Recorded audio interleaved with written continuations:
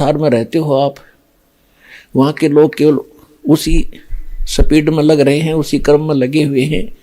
तो आप यहाँ तो ज्ञान सुनकर जाते हो, आपको सही लगता है क्योंकि है ही सही, तो वहाँ जाकर अन्यों के जब कर्म देखते हो, क्रियाएं देखते हो, तो फिर वहाँ आपको भूल पड़ जाती है। इसलिए आपको रह रह कर यहाँ बुलाया जाता है, आपके अंतःकरण को साफ किया जाता है। जैसे कपड़ा मैला हो जाता है तो धोबी के पास भेजना पड़ता है, तो उसको फिर वो मार कूट के साबुन सुबन ला के अटक पटक करके और फिर उज्जवल कर देता है। तो इसलिए आपको यहाँ बुलाना आवश्यक है, क्योंकि एक धोबी घाट है इस अंतःकरण को धोने का।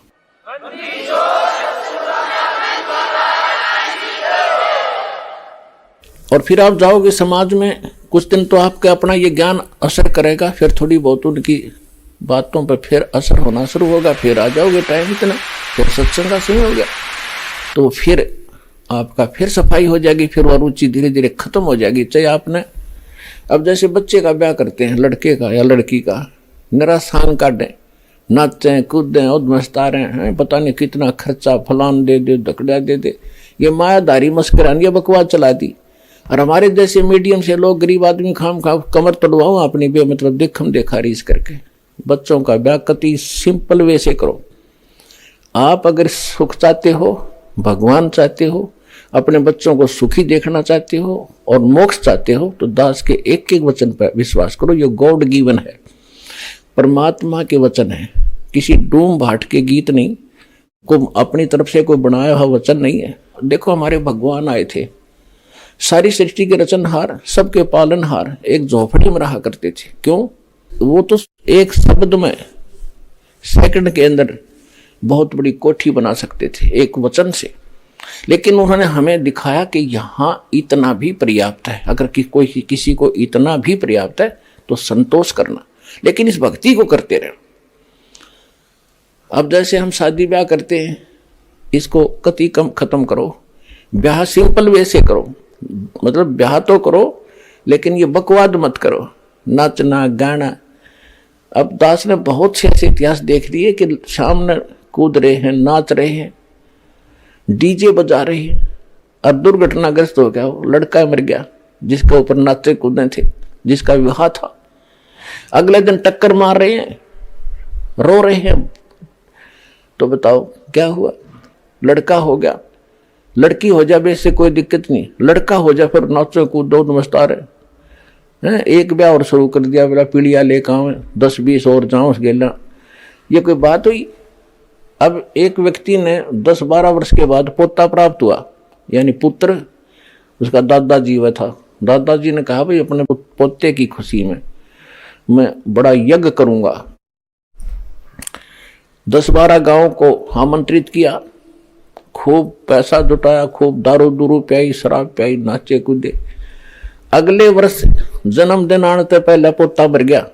अब टक्कर मारे सारा कुनबा, अब मना ले जन्मदिन, अब नाच कूद ले, बना खुशी। तो इस गंदे लोक में आप भांग पी कर नाच रहे हो, अज्ञानता के अंदर ये बकवाद कर रहे हो। यहाँ तो एक एक सांस गिन के काटना पड़ेगा आपने, जब आपको ये ज्ञान हो जाएगा। ये बकवाद नहीं भावोगे।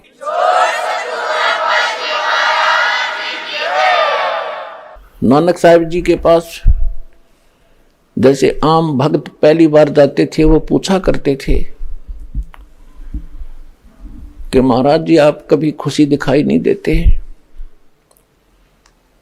क्या आप सदा ऐसे ही रहते हो, आप कभी खुशी दिखाई नहीं देते? तो नानक साहिब जी कहते थे भाई हमें पता लग गया हम कहाँ बैठे, हम प्रतिदिन अपनी मौत की तरफ जा रहे हैं, मुंह बाएं खड़ा हो मौत रूपी अजगर, और हम नाचते गाते उसकी तरफ जा रहे हैं। भांग के नशे में जा सकता आदमी, और जिसका नशा उतर जाएगा, सामने दिखा कोई सर्प, अजगर तो बहुत बड़ा हो से, सांप ने देख कर वापस भाग ले, यानी बचाव का कोई प्रयत्न करे। और आप खुश हो रहे हो और मौत की तरफ जा रहे हो, रोज एक दिन कम हो रहा है, मौत के निकट जा रहे हो, फिर भी नाच कूद रहे हो, तो तुम्हारी अकल गाम चली गई, तुम्हारे पास नहीं रही। नानक साहब ने कहा कि ना जाने काल की कर डारे, और किस विध ढल जा पास आवे, और जिनाते सरते मौत खुड़क दी, उन्होंने केड़ा हास आवे। ना जाने कब के बिजली गिर जा, नाचे कूदे, प्रधानमंत्री जा रहा था पोलैंड देश का, पूरे मंत्रिमंडल के साथ किसी का शोक व्यक्त करने, और खुद एक्सीडेंट हो गया, पूरा का पूरा मंत्रिमंडल 95 आदमी मर गए। बता आगे क्या बनेगा? आगे हमें पता, परमात्मा के ज्ञान से गधा बनेगा और कुमार कब फंसेगा, कट पर लठ बाज जाएगा उसके। भूल गया भगवान, हो गया प्रधानमंत्री, जो काम करना था इस जीवन से उसको भूल गया। इसी प्रकार एक मुख्यमंत्री जा रहा था पीछे आंध्र प्रदेश का, अपने खूब पता इन बातों का, फिर भी याद दिलाई जाती हैं। सत्संग इसी को कहते हैं जो भूली बात याद दिलावे।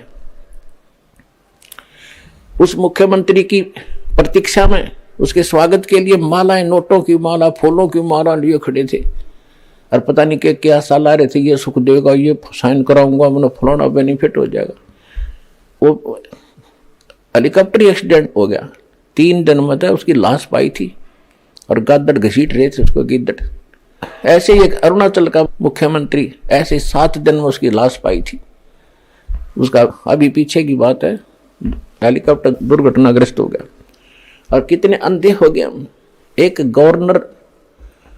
गवर्नर था पंजाब और हिमाचल प्रदेश के, उसके पास 2 चार्ज थे, 2 स्टेट के। और समाचार पत्रों में आपका तो याद नहीं, दास ने खूब याद है ये बातें।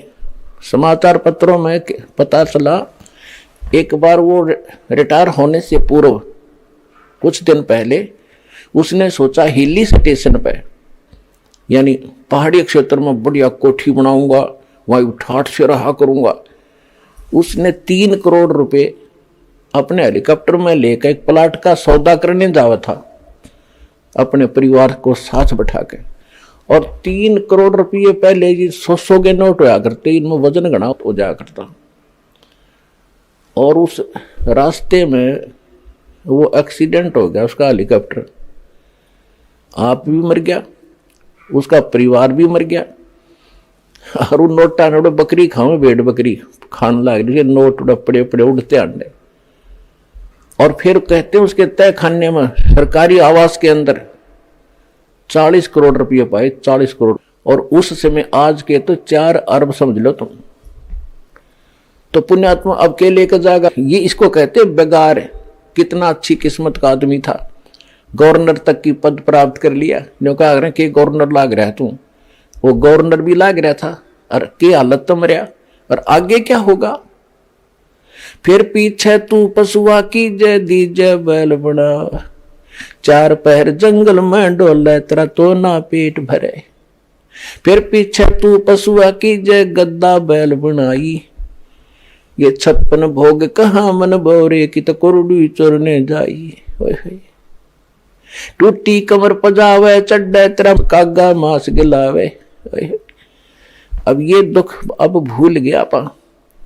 हमने सोचा नौ किसने देखा, जिन्हें देखा वो बतावे, और भगवान आकर बतावे, फिर हम उनसे भी ओवरटेक कराएंगे, भगवान से भी ऊपर चले जाएंगे हम। वो तो फिर हमारी बकवाद होगी, हमारी मूर्खता, और कोई सात बोल देरी होगी, हमारी कोई करड़ाई है वह, जो हम भगवान के इन वचनों को अनदेखा करेंगे। ऐसे ही यहाँ एक बार हरियाणा स्टेट के 2 कैबिनेट मिनिस्टर शपथ ली थी 2-4 दिन पहले, हेलीकॉप्टर में बैठ कर चल पड़े। वो हेलीकॉप्टर ही क्रैश हो गया, दुर्घटनाग्रस्त हो गया, दोनों मारे गए। तो ऐसा नहीं है कि क्या हम ना मरेंगे। कई भगत कह देते हैं जी, हम ऐसी बातें बताते हैं तो संसार के लोग कहते हैं तुम नहीं मरोगे, हम भी मरेंगे। हम कैसे मरेंगे?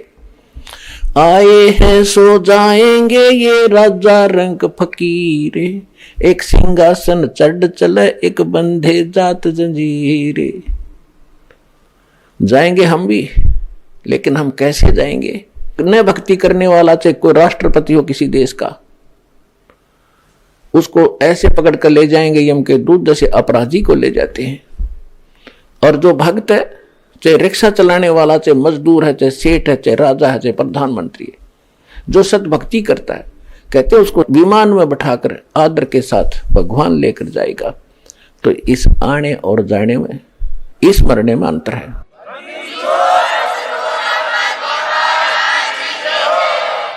तो हमारे मरने में और संसार के मरने में बहुत घना अंतर होगा। तो हमने अपने इन जो बेमतलब की रिवाजें बना ली, ये हमने बनाई थी, हम ही अब कम करेंगे। अपना विवाह बच्चों का सिंपल वे से करो, भगवान ने कर रखा होता है। हम तो बकवाद करें, बाद में ड्रामा करते हैं। अब विचार करो, जिस समय ब्रह्मा विष्णु महेश का विवाह हुआ था, आपने तो पता ही नहीं, इन बातों का ज्ञान दास बता रहा है, इसमें विश्वास करना। श्री देवी भागवत के तीसरे स्कंद में 28-29 अध्याय में स्पष्ट किया है कि दुर्गा जी कहती है, दुर्गा इनकी माता है, ब्रह्मा विष्णु महेश की, और इसने कहा इन 3 लड़कियां अपने वचन से उत्पन्न की और वो समुद्र में छुपा दी। फिर इन्होंने सागर मंथन किया तो वो तीनों निकली। क्योंकि आप जी को कंप्लीट स्पिरिचुअल नॉलेज नहीं है, इसलिए ये पहले वाले 2 सागर मंथन हुए थे, इनका आपको पता नहीं। एक बार वेद निकले थे चारों, और दूसरी बार ये तीनों लड़कियां निकली थी। उसके बाद ये 14-15 रतन वतन, ये तो बाद की बातें हैं, बहुत लेटेस्ट। तो उसमें तीनों लड़कियां निकली, तीनों मां के पास लाई गई। माता ने कहा, बेटा इसका नाम सावित्री रख दिया, ब्रह्मा या तेरी पत्नी है, जाओ बेटा अपना संसार सफर तय करो, अपना घर बसाओ। दूसरी लड़की का नाम लक्ष्मी रख दिया, और विष्णु जी को कह दिया, जा बेटा इसका नाम लक्ष्मी है या तेरी पत्नी है, अपना घर बसाओ। तीसरे को शंकर जी को कह दिया, इसका उमा नाम है, और इसके साथ अपना तेरा ब्याह कर दिया, बेटा जा और घर बसाओ। हो गया ब्याह। ना वहाँ बाती थे, ना कोई बराती थे, ना हलवाई था, जलेबी तारनिया लड्डू बनानिया, कोई बकवाद करनिया नहीं था। तो ये हमने कोरी बकवाद शुरू कर दी, और ये अपने सिर पर बाहर धर दिया। सारी उम्र ये काम पूरे ना होते हैं, भक्ति करेंगे कब? तो इनसे हल्का होकर ही आप भजन कर पाओगे। यदि आपने समाज देखकर चलोगे तो आप भक्ति नहीं कर सकते, ठीक है, मोक्ष नहीं पाओगे। जैसा करोगे वैसा फल आपको मिल जाएगा, मुक्ति रह जाएगी। तो दास आपको एक विधि बता रहा है जिससे आप यहां भी सुखी हो जाओगे, आगे भी सफर अच्छा करोगे। और कम से कम अपना जितना आवश्यक हो उतना मकान बनाओ। भगवान कबीर परमेश्वर को देखकर अपना जीवन सुचारू करो, रीसेट करो। एक झोपड़ी में रहा करता था पूरा परिवार, ऊपर तो छान थी, बराबर के ईंटों की, कच्ची ईंटों की बनाकर लीप दिया करते थे। हमने देखे, हमारे दादी परदादी कच्ची झोपड़ियां में रहा करते थे, कच्चे मकान बनाया करते थे। तो वो भी तो सुखते जिया करते थे। मकान का काम तो केवल प्राकृतिक आपदाओं से, आंधी ओले बरसात गर्मी सर्दी से बचने का है। वो चाहे घना बड्डा बना ले, चाहे उसका संगमरमर ला ले, उसने उतना ही काम करना जो झोपड़ी कराया करे। आप सतकर मानना, ये महल यहीं रह जाएंगे। कौरव पांडव लड़का मर गए इस लाल किले पे, इसमें अब यहीं बैठा है, यू काग बोल रहे इसमें, और वो पता नहीं कहाँ कुतरू बने फिर रहे होंगे गधे। तो पुण्यात्माओं पाछा धोखा खा लिया, उससे ही सावधान होना पड़ेगा हमने पिछले दुखों को देखकर। और इसके सत्संग का लाभ भी यही है, जो आदमी सच्चाई को ग्रहण करे और जो हमारा हानिकारक वस्तु उसने तुरंत त्याग दे। बीड़ी, शराब, मांस, तम्बाकू ये नर आहार नहीं है। ये तो राक्षस लोग कहा करते थे जो ऐसा खाद्य पदार्थ खाते थे, अब ये आम होता जा रहा है। तो ज्ञान के बिना, तत्व ज्ञान के अभाव से हम गलतियां पर गलती कर रहे हैं। तो जो प्रसंग चल रहा है वो परम अक्षर ब्रह्म है, जो सबका जनक है, सबका पालक है। और जैसे नानक साहब जी से फिर पूछा गया था कि हे महात्मा जी, क्या आप सदा ऐसे ही दुखी रहते हो? तो उन्होंने कहा था कि नहीं, वो खुश भी होता हूं। कब होता हूं? जब मेरे अनुयायी, मेरे शिष्य सत्संग में आ जाते हैं, और सारे के सारे आ जाते हैं। एक आधा चलो नहीं आता, उसे पूछ लेते हैं भी क्या बात, वो नहीं आया, क्या कारण है? वो ठीक ठाक है, आकांक्ष जी वैसे ठीक है, वो किसी कारणवश नहीं आया। पहले थोड़े शिष्य होया करते थे, 100-200 मुश्किल से इकट्ठे होते थे। उस समय परमात्मा का, नानक साहब जी को भगवान मिले थे, सचखंड लेकर गए थे, वापस छोड़ा था। कबीर परमेश्वर मिले थे, और उसके बाद नानक साहब जी ने यही ज्ञान प्रारंभ किया था। और वो हिंदू धर्म में जन्मे थे, रामकृष्ण के पूजा स्वयं भी करते थे, उनका पूरा परिवार भी रामकृष्ण की ही पूजा करता था। तो उस समय इस मार्ग को इससे हटकर अलग से चलाना हंसी खेल नहीं था। उस समय नानक साहिब के कोई ज्यादा शिष्य नहीं हुए थे, लेकिन कुछ पुण्यात्मा अवश्य उनको स्वीकार किया था, कुछ पुण्यात्माओं ने माना था। तो वो क्या कहते थे कि भाई साध मिले साडा शादी होंदी और विछड़ जा दिलगिरी वे, अख दे नानक सुनो जहाना मुश्किल हाल फकीरी। कि जब ये मेरे साध संगत मेरे भक्त जब आते हैं यहाँ सत्संग में तो मेरी खुशी का ठिकाना नहीं रहता, और जब ये बिछुड़ जाते हैं, आप अपने घर को जाते हैं, तब मुझे वही दुख छा जाता है। कारण क्या है कि संसार के अंदर ये ज्ञान नहीं है और इस भगवान की जानकारी किसी को नहीं है। इन बच्चों को मुश्किल से यह बात समझ में आई है, ये रहते हैं उस समाज के अंदर जो इसके विपरीत सब क्रियाएं भी कर रहा है, विपरीत ज्ञान भी रखता है। तो मुझे ये डर बना रहता है कि कहीं मेरे इस बाग में कोई कीड़ा ना लग जाए, कोई पौधा सूख ना जाए, कोई बच्चा भ्रमित होकर यहाँ से दूर ना चला जा। और जब ये यूं के यूं वापस आते हैं तो मेरी खुशी होती है कि परमात्मा की दया है इनके ऊपर, अभी कोई काल के दूत ने इनको खराब नहीं किया है।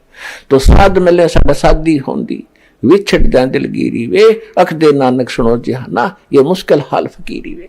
ये भक्ति करना इतना कठिन कर दिया इन लोगों ने, गलत ज्ञान प्रचार कर दिया और हम सच्चाई बता रहे हैं। तो इसके ऊपर भक्तों को लगाना, इस फकीरी माने भक्ति, इस भक्ति पर लगाना बड़ा कठिन हो गया हमारे लिए।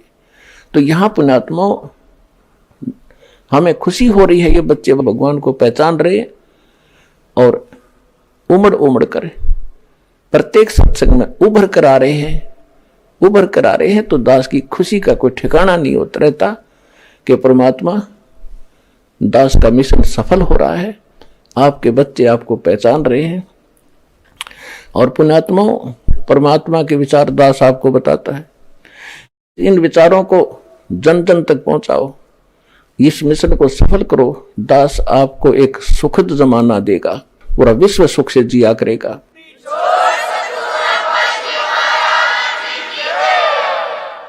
और फिर ऐसी परंपरा पड़ेगी, आप देख लेना, जो कोठी बंगले बना के और माया माया जोड़ में सारा जीवन व्यतीत कर रहे होंगे ना, हमारे छोटे छोटे बच्चे भी नो क्या करेंगे, पागल है बोला आदमी, कहाँ डले ढो रहा है, सिर पर धर के ले जाएगा इसने। अपने आत्माओं जैसे पहले कहा करते थे बुढ़े बुजुर्ग के इतना क्यों जोड़ कर धर रहा है इसने, कि छाती में धर के ले जाएगा तो कुछ भी ना लाता, इसमें से खर्च नहीं करता।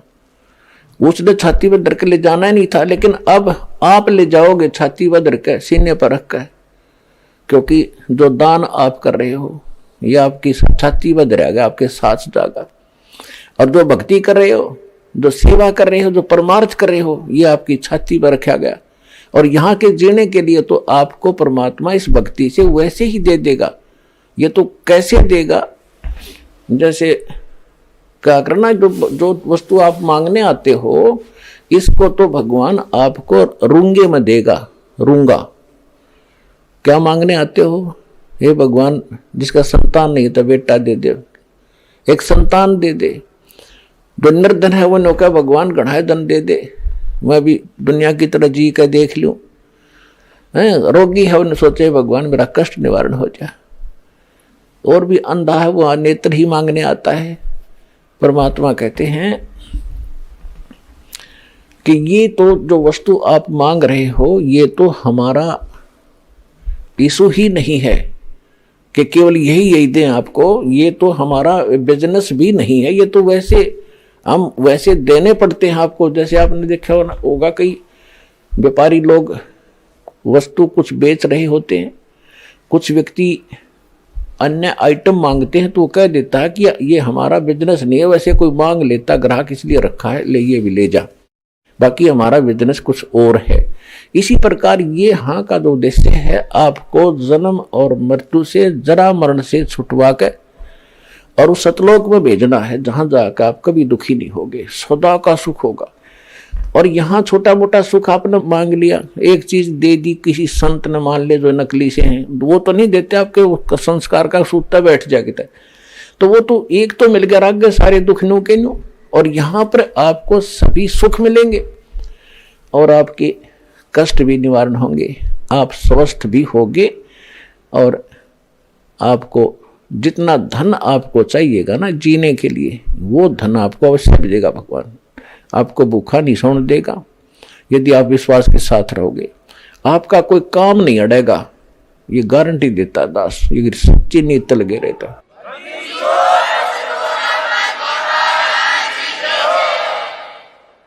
तो इस प्रकार तो हमने जो अपना जिस उद्देश्य को लेकर हम चल रहे हैं उस पर हमने दृढ़ रहना है। परमात्मा हमें क्या बताने आए थे, तो इसी प्रकार हमने अपने हर एक चीज को सुचारू रखना है, परमात्मा के ज्ञान को आधार बना कर जीना है, और उसी के आधार से हम चलेंगे तो हम यहाँ सफलता प्राप्त करेंगे। तो जो प्रश्न चल रहा है कि ये तो आपको रूंगे में देगा भगवान, रूंगे में। रूंगा क्या था, जैसे पहले समय में हमारे गांव में ये कोई भी जैसे बाहर से कोई सब्जी बेचने आ गया, कोई प्याज बेचने वाला आ गया, गांव में दुकान नहीं हुआ करती थी, तो हमारी दादी जी उनसे कभी टिंडे लेती सब्जी के लिए, और आम लेती, फल लेती, तो गेहूं हुआ करते थे, बाजरा होता था, तो वो क्या करते थे, एक तखड़ी के पलड़े में बाजरा या ज्वार गेहूं डाल दिए और कहता था कि 2 बार दूंगा, यानी एक वजन जो गेहूं का एक पलड़े में डाल दिया उसके बराबर में 2 बार आम दूंगा। अच्छा भाई दे दे। वो जब अपना सौदा तो पूरा हो गया, सारे आम दे दिए, फिर क्या करती हमारी दादी, रूंगा और दे भाई। वो उठा के एक छोटी सी आम भी टूटी सी वह पकड़ा देता, अगना बड़ा आम दे, वो एक और दे देता, उसने रूंगा कहा करते थे, यानी सौदे ते न्यारी वस्तु को रूंगा कहते। तो हमारा जो सौदा है आपको अमर करूं सतलोक पठाऊं, ताते बंदी छोड़ कहाऊं, बंदी छोड़ है हमरा नामम, अजर अमर है अस्थिर ठाम। हमारा मूल सौदा तो ये है, आपका मोक्ष कराएंगे, सतलोक ले जाएंगे, और वो सतलोक कैसा है वो बताएंगे। और तो बाकी आप यहाँ के संसारिक सुख मांगते हो तो वैसे ठा कर पकड़ाएंगे कि ले जा, ये सौदे में नहीं है, ये तुम्हें देने पड़ेंगे आपको, नहीं तो आपका पूंजी खत्म हो जाएगी। तो यहां परमात्मा कहते हैं कि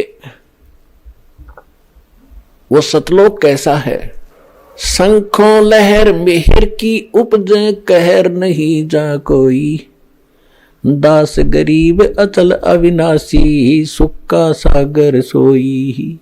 जहां पर शंखों लहर मेहर की उपजे वहां कोई कहर नहीं, कोई अकाल नहीं, कोई फलड़ नहीं, कोई सूखा नहीं पड़ता, कहीं रोग नहीं, कोई कष्ट नहीं, वहां शंखों लहर मेहर की उपजे।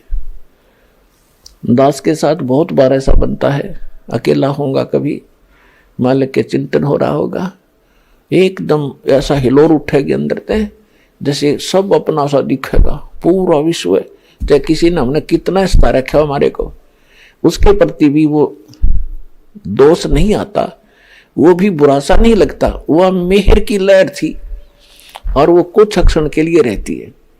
उसके बाद हम कोशिश भी करके देखते हैं कुछ व्यक्ति के प्रति हम क्यों इतना, जिसने हमें सता रखा है उसके प्रति क्यों दुखी हैं, लेकिन वो बात नहीं बनती जो उस समय बनी हुई थी। तो परमात्मा कहते हैं वहां ऐसी लहर हिलोर आपको सदा उठेगी, वहां कोई दुख नहीं, किसी चीज का अभाव नहीं, या तो खींचाता नहीं, हमने आप बना ली, हम अपने आप चोर बन गए, लुटेरे बन गए, रिश्वतखोर बन गए, अपने कर्म बिगाड़ दिए। क्यों? क्योंकि हम ये चाहते हैं कि इसने कोठी बनाई मैं भी बनाऊं, इसकी बड़ी कार है मैं इस तो बड़ी लूं तो इज्जत हो।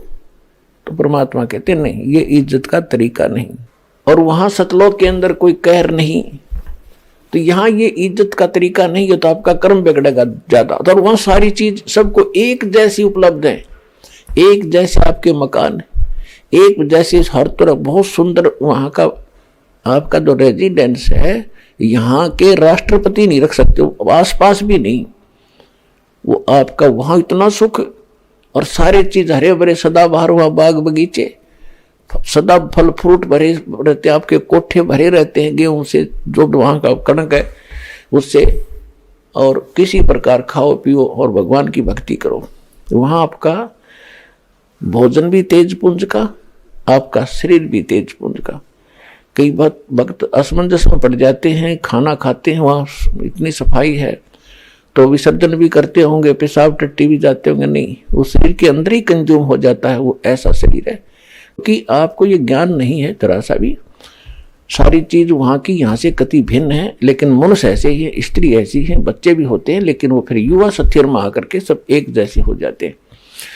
इस प्रकार वहाँ वृद्ध अवस्था नहीं है, केवल सदा युवा रहते हैं, कभी कोई मृत्यु नहीं होती। और वहाँ जो आपस में प्यार है एक दूसरे के साथ, वो यहाँ तो वर्णन भी नहीं कर सकते, उसको डिफाइन भी नहीं कर सकते। तो वो झगड़ा और लूटा खसोटी वहाँ होती है जहाँ विषमता आ जाती है, जहाँ समानता नहीं है। अब जैसे यहाँ एक मिनी रिहर्सल का आप कर रहे हैं सतलोक आश्रम बरवाला जिला हिसार में, आपको सबको एक भंडारे में रोटी मिलेंगी, एक जैसा आहार, एक जैसी थाली में आप देखोगे सबको एक जैसा व्यवहार बर्ताव हो रहा है, एक जैसा बैठने को, एक जैसा ओढ़ने को मिला है, एक जैसा स्थान है। तो यहाँ आकर आप में राग द्वेष होए को नहीं, राग द्वेष वहाँ होता है, इसको दूध दे दिया मेरा तो चाय भी ना पूछी, तो वहाँ होता है राग द्वेष, ऐसा नहीं होगा। तो ये एक मिनी रिहर्सल है, यहाँ तो प्यार से आप पर हो गया। आपको मान ले लाइन में लग रहे हो और रजाई ले रहे हो तो आपको जल्दी नहीं हो सकती, मिलेगी 2 मिनट पीछे मिल जाए, क्या बात हुई। तो वहाँ होती है थोड़ी सी उथल पुथल, जहाँ किसी चीज का अभाव हो जाए। तो परमात्मा के उस लोक में किसी चीज का अभाव नहीं है, सबको हर चीज उपलब्ध है, सब सुखी हैं, वहाँ जन्म मृत्यु नहीं होती है, सब युवा है, वृद्ध अवस्था का दोष वहाँ कष्ट नहीं है। इब्न सोचो आपने यहाँ तो मरना पड़ेगा, आपने तो सबको मालूम है कि मृत्यु होगी, और हमारे पूर्वज चले गए, आप भी जाओगे, सबको मालूम है। और आप फिर जिस स्थान को और जिस संतान को आप अपनी मान रहे हो, आपकी है नहीं, ये तो परमात्मा का स्थान या पृथ्वी भगवान की है। और इस पर अरबों खरबों लोग इन किलों पर रजिस्ट्री करा करा मर गए, लड़ लड़ या मेरी या मेरी, और वो कहाँ है, का मनमान कित बिच्छू बन कर घूम रहा होगा कि तो जंगल में, अब वहीं रहेगी कोठी भी, वो किले एकड़ जमीन भी वहीं पड़ी रही। तो ये पूरी मालिक की माया है, उसी की संपत्ति है। और ये संतान, ये बच्चे आपके संस्कारवश जुड़े हैं, ये भगवान के बच्चे आपके नहीं हैं। और ये आप अपने मान भी रहे हो तो मृत्यु के बाद आप इनके नहीं रह सकते। तो इसलिए इस बात को आधार बांधकर आपको रहना इन्हीं के अंदर है, क्योंकि आपका जो रोल है, भूमिका है, उसको पूरा करो, अपना पूरा करो, मालिक साथ रहेगा, आसानी से आपका आप लेखा जोखा सुलझ जाएगा। और फिर ये इरादा रखो कि फिर हम वहां जाएंगे सतलोक में, वहां की इच्छा बनाओ, इन पोते पोतिया में, इन कोठी कोठिया में यहां आशा मत रखो। इस ज्ञान से रह भी नहीं गई, मूर्ख होगा तो बेच सकते हैं, और रहेगी तो आप फिर वापस आ जाओगे यहाँ पर। जहां आशा ता बासा हुई, मन कर्म वचन सुमरियो सोई, ये विधान है। तो हम आशा सतलोक की बनाई, वापस इसी घर की नहीं बनावे। और यहां आगे उन्होंने भैंस बन के आ बैठे, अपने घर में भैंस बन गए, बता दूध ना देंगे तो घर वाले लठ मारेंगे, इंजेक्शन ठोकेंगे, तो के फायदा वापस यहाँ की आशा रखने का। कुत्ता बन के आगे तो टूक नहीं दे, द्वार पर बैठे रहना, कोई जूठा टोक भी शुद्ध होगी तब डाल देंगे, ना बैठा रहोगे। तो ये सच्चा ज्ञान है, ये भगवान का दिया हुआ है, किसी डूम बाट के गीत नहीं है, कोई स्वार्थी व्यक्ति का बनाया ये विधान नहीं है। तो इसको आपने आधार बनाकर जीना भी है और ये भक्ति भी करनी, तभी आप यहां से छूटोगे और सतलोक में जा बैठोगे।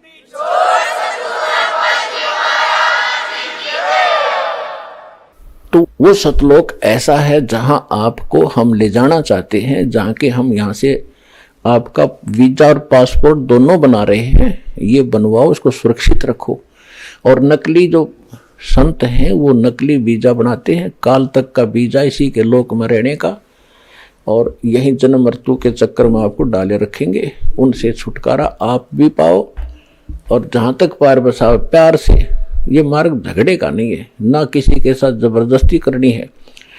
काल को भगवान, काल ने परमेश्वर कबीर जी से प्रार्थना की थी, परमात्मा कलयुग में जब आप कह रहे हो चौथे युग में जीव ले जाओगे, तो किसी के साथ जबरदस्ती ना करियो, आप तो सब समर्थ हो, लेकिन किसी को जबरदस्ती अपने मार्ग में ना लगाना। आप ज्ञान से उसको अपना बनाना, आपके ज्ञान को समझे आपका, आपके ज्ञान को ना समझे वो मेरा। परमात्मा ने भी यही कहा था कि बिल्कुल ऐसा ही है। जब ज्ञान ही नहीं समझेगा मेरा कैसे हो सकता, वो तो तेरा ही रहेगा। अंडरस्टूड था तब तक, वो तथास्तु किया था। तो इसी प्रकार आप किसी से घर का सदस्य है, चाहे किसी और गुरु का शिष्य है, उसके साथ धक्का नहीं करना, ना जबरदस्ती करना, ना खुरकाना धमकाना, प्यार से रह करीब ज्ञान सुनाओ प्यार से। एक बार ना सुना, कुछ दिन के बाद फिर से धीरे धीरे शुरू करे, तो धीरे धीरे ये ज्ञान ऐसा है अंदर समावेगा। जरा सी भी चर्चा होगी तो उसके अंदर की जो खलबली मच जाएगी उसके, और कुछ दिनों के बाद वो फिर अपने आप मालिक के मार्ग पर आ जाएगा। तो ये तरीका है। अब जो प्रसंग चल रहा है कि परमात्मा स्वयं आते हैं और ये यथार्थ ज्ञान को सुनाकर हमें इस दलदल से निकालना चाहते हैं। आज तक हमें ये ज्ञान किसी ने बताया नहीं, हमें कोई ऐसा भगवान बताया नहीं। अब पहली बार कोई सुनता है तो एकदम उथल पुथल हो जाती है उसके साथ, ये कैसा व्यक्ति है, ये कैसी बात कह रहा है, हमने कभी सुना ना देखा, ये सब झूठ पावेगी। और जब वो प्रमाण मिलाता है तो ठगा सा रह जाता है कि सचमुच हमारे ग्रंथ, हमारे प्रमाण, और हमें ज्ञान नहीं था। तो फिर उसके रोने के अतिरिक्त उस भगत के पास शेष कुछ नहीं बचता। फिर वहाँ आएगा, 2 दिन पीछे आएगा, पूरा विश्व नाम लेगा इस दास से। अगर किसी ने सुखी होना है, मोक्ष कराना है, ये परमात्मा का आदेश भी है अपने बच्चों तक, वो अब इस ज्ञान को ये पहुंचा कर ही छोड़ेगा।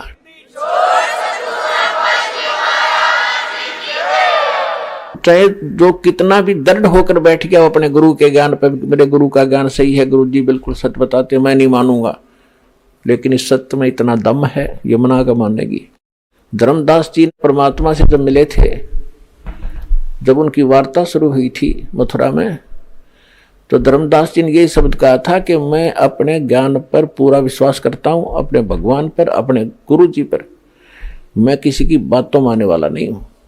परमात्मा बोले जी ठीक है, मैं तो एक अज्ञानी हूं, मैं तो आपसे जानना चाहता हूं, मुझे मेरे प्रश्नों का उत्तर दो। ये ब्रह्मा विष्णु महेश की माता पिता कौन है, मुझे यही बता दो। फिर वो कहने लगे कोई माता पिता नहीं है। तो परमात्मा ने वो प्रमाण बताए। उन देखा कि वो साथ ले रहा था पुस्तक, ठगा सा रह गया, लेकिन फिर भी ना मानने, क्योंकि ये अहंकार बहुत बुरा कि कैसे हो सकता है, ये कैसे हो गया, तेरी पुस्तक में लिखा है और कैसे हो गया, तेरे ग्रंथ में लिखा है फिर कैसे हो गया। अपने गुरु ने कोस उसने जिसने तेरा बैठा बैठा दिया। ज्ञान तो सही है, वेद सही, गीता सही, प्राण सही, कुरान सही, बाइबल सही, गुरु ग्रंथ सही, लेकिन तुम्हारे इसके पढ़ने वाले, इसको व्याख्या करने वाले ठीक नहीं है। बेत कतेब झूठे ना भाई, झूठे हैं जो समझे नहीं। ये वेद कतेब यानी शास्त्र झूठे नहीं, झूठे तो ये लोग हैं जो समझे नहीं, इन्हें कख भी नहीं पता, अपने सदग्रंथों का ज्ञान नहीं, इसमें क्या वर्णन किया हुआ है। अपना जीवन नाश किया और ना जाने कितने परमात्मा के बच्चों को मिसगाइड करके वो भार सिर पर और रख लिए नकली गुरुओं ने। अब इनके लिए समाधान है, यहाँ चुप करके आवे, अपना भी कल्याण करावे और भगवान के बच्चों को छोड़ दो। तुम बड़े भारी दोषी हो रहे हो। बहुत से पुण्यात्मा ऐसे हैं जो संत बने हुए थे, इसके 2000, 4000, 10,000 शिष्य थे, उनको बोल दिया उन पुण्यात्माओं ने ज्ञान समझ के, मैं तो जा रहा हूँ भाई और आप भी आ जाना, बेटा मोक्ष वहीं होगा, सतलोक आश्रम बरवाला जलाई सार में। वो आप भी आए हैं, अपने शिष्यों से भी बोल दिया, आएंगे तो ना आएंगे कोई बात नहीं। वो संत भार मुक्त हो गया जिसने ये कह दिया भाई मेरे पास ज्ञान नहीं था। अरे सच्चाई है, इसमें जीत हार का रोड़ा नहीं है, या तो मोक्ष उद्देश्य रखो। दास मैं अपना ये सीना ठोकूं कि मैंने ये ज्ञान बता दिया, नहीं, ये ज्ञान तो भगवान बताया गया था, परमात्मा बताकर गए थे। दास को तो बुद्धि दी है, मैंने तो उनका बताया हुआ आपका रूबरू किया, इसमें मेरा कोई बड़ा योगदान नहीं है और ना इसमें कोई मानता की बात है। ये कोई मेरा अपना आविष्कार नहीं है, ये भगवान का ज्ञान भगवान ने दबा रखा था खजाना। दास को बता दिया कि उधर बेटा और बांट दे तेरे भाई बहनों को। दास का तो इतना ही काम है बस, इसमें मान बढ़ाई की भी कोई बात नहीं, अभिमान की बात नहीं, क्योंकि दास को अपने औकात का पता है। कि हमें पता है हम कितने विद्वान थे, इसे विद्वान होते तो हम पहले रामकृष्ण न पहले पूजा थे तो पहले ना छोड़ देते। तो परमात्मा ने बुद्धि दी है। तो इसी प्रकार जो संत आज भ्रमित हैं वो सोचें, इस बात पर विचार करें। उनको भी भगवान चाहिए, और भगवान ही सरेआम खड़ा, कति आगे खड़ा, और भी ना पहचानोगे धिक्कार है तुम्हारे ज्ञान और तुम्हारी विवेक को। सब सदग्रंथों से प्रमाणित कर दिया, सारे प्रमाण बता दिए इस महापुरुष ने भक्ति की जिसको आप मोक्ष युक्त मानते हो, और वो ये मंत्र जाप करते थे और वो ये भगवान बताया करते थे। तो ये है वो भगवान जो कति सामने खड़ा कर दिया। और अब भी कोई नहीं पहचानेगा तो वो बालक है या फिर जानबूझ कर बकवाद कर रहा है, जिसको भक्ति और भगवान की आवश्यकता नहीं है। वो परमात्मा जो आपका पिता है आपके लिए भटक रहा है, आप उसको पहचान नहीं पा रहे। वो क्या कहता है, गोता मारू स्वर्ग में जा बैठूं पाताल, कहे कबीर ढूंढता फिरूं मैं हीरे मोती लाल। जो जन मेरी शरण है ताका हूं मैं दास, और गेल गेल लाग्या फिरूं जब तक धरती आकाश। परमात्मा कहते हैं जो एक बार कभी मेरी शरण में आ गया किसी भी मनुष्य के जीवन में, फिर मैं उसके पीछे ऐसे भटकता रहता हूं जब तक पृथ्वी और आकाश रहेगा। मैं अपना पूरी कोशिश करूंगा उसको सद्मार्ग पर लाने की और उसका मोक्ष कराने की।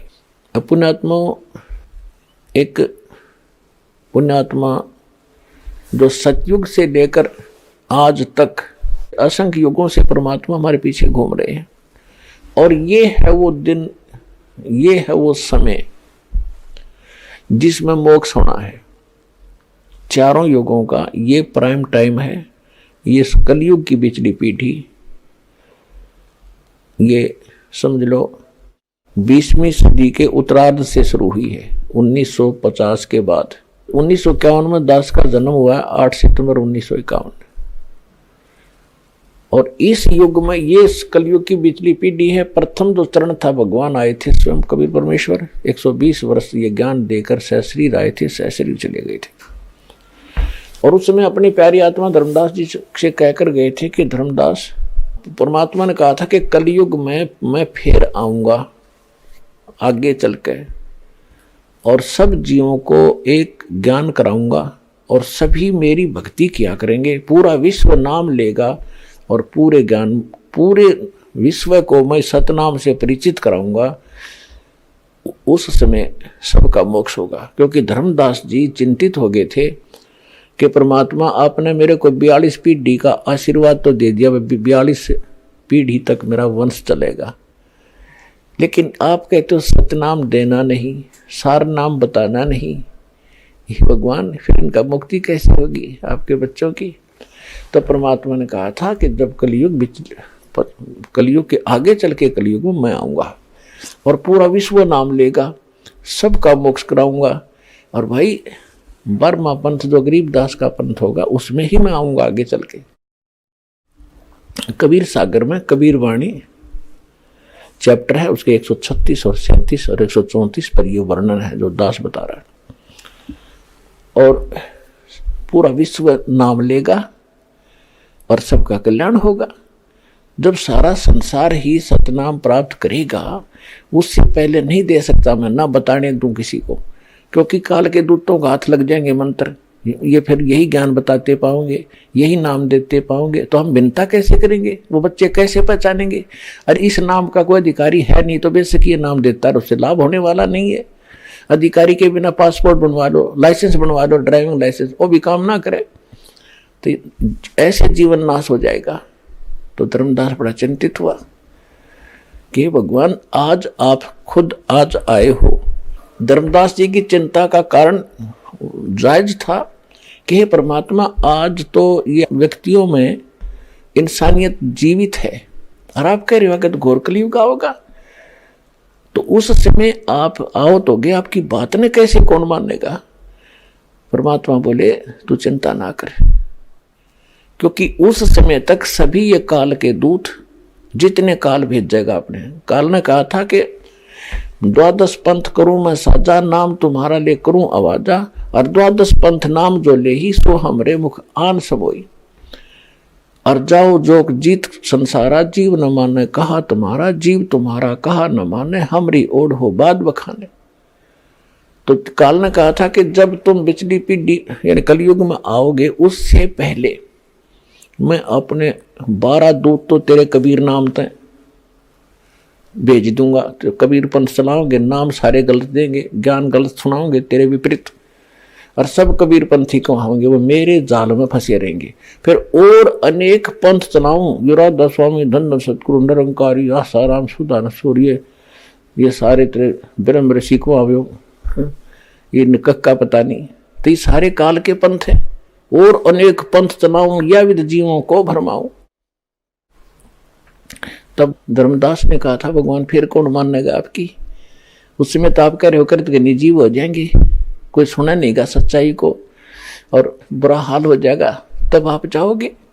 तो परमात्मा ने कहा कि देखो जब मैं जाऊंगा उससे पहले क्या होगा, यानी अपना दास भेजूंगा या स्वयं जाऊंगा, उससे पहले ये काल के जितने भी संत होंगे पंथ ये चल चुके होंगे और ये मैच्योर हो चुके होंगे, कोई वर्ष इनकी पीढ़ी बीत गई होंगी, और जो इनके पास ज्ञान होगा उसकी पुस्तक बन चुकी होंगी, और प्रत्येक उसके भी अनुयायी को पता होगा।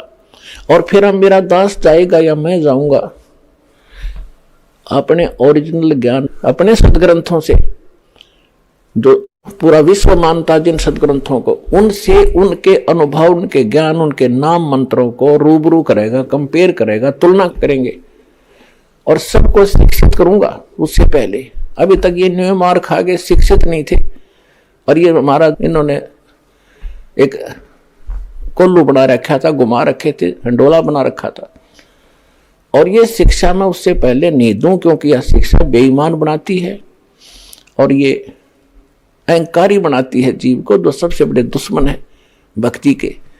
फिर धर्मदास जी ने कहा था फिर ये बेईमान इतने बढ़ जाएंगी, कैसे सेट होंगे, किस ज्ञान में इतनी शक्ति है वो अपने आप सेट हो जाएंगे। मेरे ज्ञान में ऐसी ताकत है, इतनी सत्यता है कि अपने आप मेरी आत्मा मानेगी, ये मन की बकवाद है। अहंकार हो जाना और बेईमान हो जाना, किस चीज पर होगे बेईमान, कोठी बना ली फिर गधा बनेगा, वो याद दिलाई जाएगी इसको, फिर ये अपने सिंपल वे से जीवेगा। इनको ऐसा ज्ञान दूंगा, शिक्षा दूंगा, जितने बिगड़ेंगे बिगड़ लेंगे, फिर उनको सेट करना भी मुझे आता है, इस ज्ञान से सेट होंगे, और कोई तरीका नहीं। आज तक ये शिक्षा का जहर अपने को खाने दिया भगवान ने, चौथे युग तक देख लो पिछला। अब इस शिक्षा से हमने उद्देश्य क्या बनाया, रोजी रोटी, नौकरी प्राप्त करूंगा, नौकरी प्राप्त करूंगा। चलो इस लालच में आप पढ़ते गए, 2 रोटी भगवान ने देनी है और वो अवश्य देगा। 2 सुबह शाम के रोटी भगवान सबको देता है, और मिलता वही है जो आपकी किस्मत में लिखा है, इससे ज्यादा नहीं मिल सकता। तो पैर पटक लो, कितना पाप कमा लो, पाप से पैसा इकट्ठा कर लोगे, कहीं बीमारी में लग जाएगा, कोई और समस्या आ जाएगी, टेंशन न्यारी दे जाएगा, कर्म नो के नो पाप कर्म धरे रह जाएंगे तेरे सिर पे, और धन रहेगा नहीं। तो परमात्मा हमें कह रहे थे कि ये ज्ञान मैं ऐसा दूंगा कि सब अपने आप इससे उल्टे हट जाएंगे और इस ज्ञान को स्वीकार करेंगे। तो परमात्मा ने कहा था कि जब कलयुग बीत जाएगा तो धर्मदास कहने लगे महाराज वैसे आप जो कहो वो तो सत्य ही है भगवान, आपकी बात झूठी हो ही नहीं सकती, पर ये बात आजकल हम किसी को बताएंगे तो दाता किसी का यकीन नहीं होगा। तो धर्मदास जी से फिर परमात्मा ने ये समय बताया था कि कलयुग बीते 5500 पाचा, तब ये वचन मेरा होगा सच्चा। तो परमात्मा ने कहा था कि कलयुग बीता जो 5500 पाचा, तब यो मेरा वचन होगा सच्चा। तो अब ये पुण्यात्मा वो समय आ गया है, इस ही युग में कलयुग में मोक्ष होगा और ये समय होगा। अब आप तो खूब परिचित हो, क्योंकि भक्ति का जब भी किसी समय में भी भक्ति जैसे चाहिए, यहाँ के ऋषि मुनियों ने भक्ति की है, जैसी भी जहाँ तक इनकी भक्ति थी, तो वो भी इसी अक्षेत्र है। ये कोई देश विशेष नहीं है, क्योंकि अगर हम भारत देश माने तो भारत देश तो पहले पाकिस्तान, बलोचिस्तान, पूर्वी पाकिस्तान, पश्चिमी पाकिस्तान, इराक, ईरान और जो गजनी तक, ये सारा एक ही भारत था। अब ये इतना टुकड़ा भारत मान लिया हमने। ये अक्षेत्र है, पूरी पृथ्वी का ये अक्षेत्र है, जहां पर पहले से परमात्मा की कृपा यहाँ रही है। स्वयं परमात्मा यहाँ भी आए हैं, रहे हैं, जैसे काशी में रहे, फिर यहाँ हरियाणा के अंदर आए, अरिबियोदास भेज रखे इसी अक्षेत्र में सतज्ञान को देने के लिए। तो शुरू से ही कृपा यहीं से रही है, जब भक्ति का उत्थान हुआ है यहीं से हुआ है। तो इस प्रकार ये प्रत्येक युग में यही समय सिलेक्ट किया जाता है। अब आप देख लो, 1947 में हिंदुस्तान आजाद हुआ, 1951 में दास का जन्म हुआ, और जब दास 8-9 वर्ष का हो चुका था तब तक हमारे वहाँ कोई शिक्षा की लहर नहीं थी। अध्यापक धक्के तो पकड़ के लिया करते, माँ बाप ने समझा के बच्चा ने पढ़ाओ, नौकरी लग जाएंगे, ऐसे हो जाएगा, तो तब मुश्किल से भेजा करते। हमारे समय में लड़कियों को तो पढ़ाया ही नहीं करते थे जब हमारा शुरुआत थी इस पढ़ाई की। मेरी 2 सिस्टर तो अनएजुकेटेड रहेगी थी, घर के जाने नहीं दिया करते, या रुचि नहीं थी, ज्ञान नहीं था। तो कहने का भाव ये था कि ये शिक्षा अब दी दाता ने, और आप देख रहे हो इस शिक्षा ने कितना कहर तोल दिया। अब 20-30 वर्ष के इधर इधर देख लो, कितनी बेईमाना, कहाँ तक गिनवा में कौन कौन भ्रष्ट हो गए। अब देखो राजनेता कितने अच्छे करैक्टर के हुआ करते पहले वाले, देखो, और अब क्या सत्र हो गया इनका। सारे तो नहीं है लेकिन अधिकता आ गई है। इसी प्रकार अधिकारी देख लो, और जजों के ऊपर भी ऐसे लांछन लगन लगे। जज की पोस्ट पर बैठ कर जो आदमी अन्याय करे है, तो इसका कारण क्या है? हम भगवान भूल गए, उसका विधान भूल गए। तो कितनी गिरावट आ गई हमारे अंदर। अब बेसिक गिरावट आ गई, या परमात्मा समझो आवश्यक थी, जरूरी थी, और हमारी मजबूरी थी। शिक्षा के बिना भगवान नहीं पहचान सके थे। और फिर देखो दाता की कृपा, अभी सन 2000 के बाद ये कितना विस्तार हो गया मोबाइल का, टेलीविजन, कितने चैनल चाल पड़े, धार्मिक चैनल, फलाने चैनल, और किस प्रकार के प्रोजेक्टर, ऐसे इंस्ट्रूमेंट बनवाए। ये आदमी के बनाए हुए नहीं है, ये भूल ना करना कभी भी। ये परमात्मा का दिया माइंड है, परमात्मा ने बनवाए हैं। ये मनुष्य यही थे, लाखों वर्ष बीत गए, इन ढंग से कोई सानी काटने का गड्ढा सा बनाना नहीं आया। और एक रेडू के अंदर 6-6 खेतर जोड़ के रथ का करते, सबसे बड़ा वाहन सुंदर, 6-6 घोड़े जोड़ के उसमें घसीटिया इंडिया करते, कितों को काट ले जाते, ना सड़क थी ना कुछ और थी। तो ये मेन माइंड नहीं है, ये भगवान का दिया हुआ आपके लिए, कि इसके बिना आप ना देख सकते, ना पहचान सकते भगवान को, और ना ग्रंथों को सत्य मान सकते। आप अपनी डफले पीटे थे सभी, कोई कहता ये सच्ची है, कोई कहता नहीं, मैं कह रहा ये सत्य है। अब सत्य तो सदग्रंथ बताओगे कौन सा है, वो दास ने रूबरू कर दिया। इन सभी जितने भी संत हुए हैं, जिनको भगवान मिला उनको छोड़कर, ये नकली जितने हैं, इनके अनुभव की पुस्तकें आपके रूबरू कर दी कि ये ऐसा बताते हैं। और जिनको भगवान मिला वो संत ये बताते हैं, और हमारे ग्रंथ ये बताते हैं। हमारे ग्रंथ जो बताते हैं और जिनको भगवान मिला वो संत बताते हैं, वो दोनों एक बता रहे हैं। तो इसके विपरीत जिनके विचार हैं वो शास्त्र विधि को त्याग के और मनमाना आचरण है, वो उसमें आपको कोई लाभ नहीं होगा। गीता अध्याय नंबर 16 के श्लोक नंबर 23 और 24 में यही प्रमाण है कि अर्जुन, जो शास्त्र विधि को त्याग कर मनमाना आचरण करते हैं, उनको न तो कोई सिद्धि प्राप्त होती है, न उनकी गति होती है, न उनको कोई सुख होता है। और इसलिए भगवान को भजते हैं हम, इसलिए भगवान की भक्ति करते हैं कि हमारे जीवन सफर में आने वाले पाप कर्म रूपी कांटे जो हमें दुखदाई होने थे वो कटे, वो साफ हों, तो इसलिए भगवान की आवश्यकता थी। जब तक हम भक्ति नहीं करते, पूर्ण परमात्मा नहीं मिलता, तब तक तो हम केवल अपना किया कर्म ही भोगते हैं। पाप भी भोगने पड़ेंगे और पुण्य भी, दोनों जो लिख रखे आपकी किस्मत। तो इस लिखी हुई किस्मत में जो लिखा है पाप या पुण्य, अब पुण्य को तो कौन कटावे, पाप पे कटाया करे। तो ना तो ब्रह्मा जी काट सकते, ना विष्णु जी, ना शिव जी, ना दुर्गा जी, बाकी सारे इनके नीचे देवता, उनका तो बात तो छोड़ दो। ना ब्रह्म काट सकता सरपुरुष, ना अक्षर पुरुष काट सकता उस कर्म के काटे ने। केवल परम अक्षर ब्रह्म काट सकता है। तो उसकी शरण में आने के बाद फिर आपके जो भक्ति रूपी सफर में पाप कर्म रूपी काटे होंगे, वो ऐसे साफ करेगा। कैसे और किसके करेगा? जब आपके हृदय में ओनली कबीर इज गॉड ये रह जाएगा कि कबीर इज गॉड, कहते नहीं, आत्मा मानेगी सब प्रमाण देख के, और फिर सुख देगा आपको, फिर गवाही देगी आत्मा। कहाँ? भगवान तो यही है। तो जिस समय आप किस स्थिति में आ जाओगे, पति भर्ता पद पर। पति भर्ता किसे कहते हैं? वो लड़की अपने पति के अतिरिक्त अन्य किसी पुरुष में वो आस्था पति वाली ना रखे। बाकी सबका आदर सत्कार करना वो अन्य वस्तु है, वो शिष्टाचार है, आवश्यक है।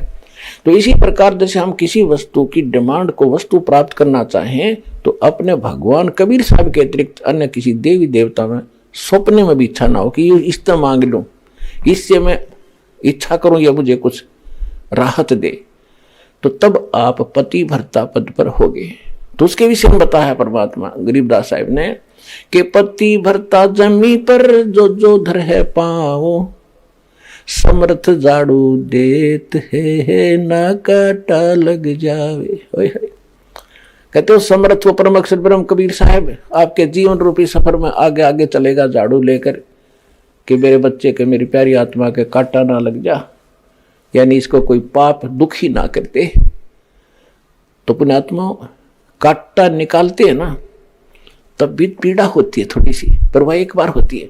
तो अभी आप जो इतने काटे आपने पैराम लगा रखे असंख्य युग के, अरे ये धीरे धीरे निकलेंगे। यानी पाप आपको सुख करने के लिए थोड़ा बहुत कोई कष्ट भी हो रहा है तो नो सोच ले भगवान काटा काट रहा है।